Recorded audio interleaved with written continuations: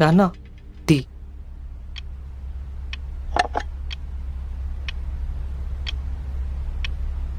మీ స్కూల్లో ఆడపిల్లలు ఉన్నారా?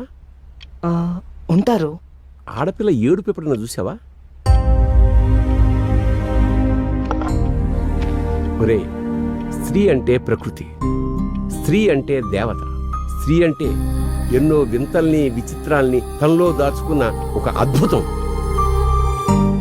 నీకు అర్థం కానంత మాత్రాన స్త్రీ విలువ తగ్గదు. కాబట్టి స్త్రీని అర్థం చేసుకోవడానికి ప్రయత్నించినా అర్థం కాదు.